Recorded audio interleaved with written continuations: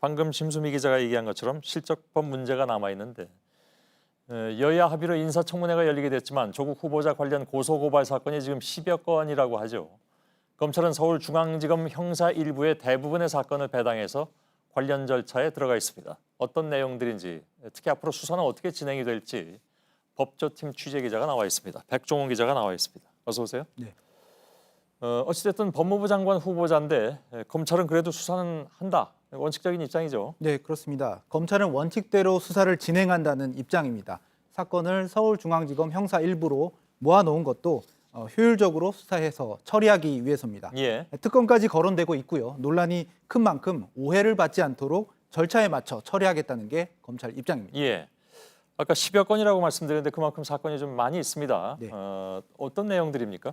예, 조 후보자와 가족들이 고발당한 사건들은 크게 4가지 줄기로 이뤄져 있습니다. 예. 지금 뒤에 나올 텐데요. 우선 후보자 딸의 고교 시절 의학 논문에 제1저자로 오른 등 입시 관련 문제들이 있고 사학재단인 웅동학원 의혹이 또 있습니다. 예. 또 사모펀드 투자 의혹들이 있고 부동산 실명법 위반, 즉 후보자 일가들이 부동산 거래 관련 의혹들이 있습니다. 예. 그 밖에도 논란이 되고 있는 반일 종족주의 저자 이영훈 전 서울대 교수가 조 후보자를 고소한 사건도 있고요.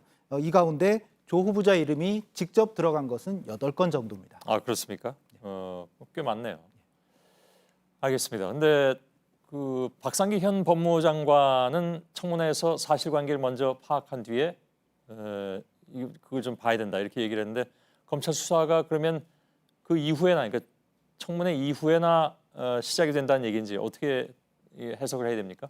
청문회에서 사실관계를 따져야 한다는 것만큼 수사는 그 이후에 좀 속도를 낼 것으로 보입니다. 예. 이번 고발 사건들은 사실관계가 굉장히 복잡합니다. 또 법리적으로도 가려야 할 부분이 많은데요. 민사적으로 해결돼야 할 부분도 있고 조 후보자가 민정수석 자리에 오른 시기, 관련성 등도 다 따져봐야 합니다. 예. 시간적으로 보면 수십 년 전 내용도 있고 최근의 내용도 있고 굉장히 범위가 넓습니다. 예. 사실관계 확인이 광범위하게 필요하고요. 형사사건이 될 수 있을 것인가 여부도 따져봐야 되기 때문에 당장 검찰이 결과를 내놓긴 어려워 보입니다. 예. 그러면 생각보다 꽤 긴 시간이 필요하다 이런 얘기가 되는데 그 이전에 그러니까 조 후보자가 장관으로 실제로 업무를 시작할 수 있는 경우와 그렇지 않은 경우 이건 뭐 청문회 이후에 어찌됐든 어느 정도의 결론이 나오겠습니다만은 각각의 경우에 따라서 수사의 양상도 달라질 수 있습니까? 검찰 입장에서는 당연히 그렇게 하지는 않겠죠. 예, 그렇습니다. 검찰은 원칙적으로 장관 취임 여부는 이번 수사와 관련이 없고 절차대로 처리하겠다 이런 입장을 내놓고 있습니다. 예. 취임 여부와 결부시킨 기자의 질문에도 말을 아끼고 있는데요.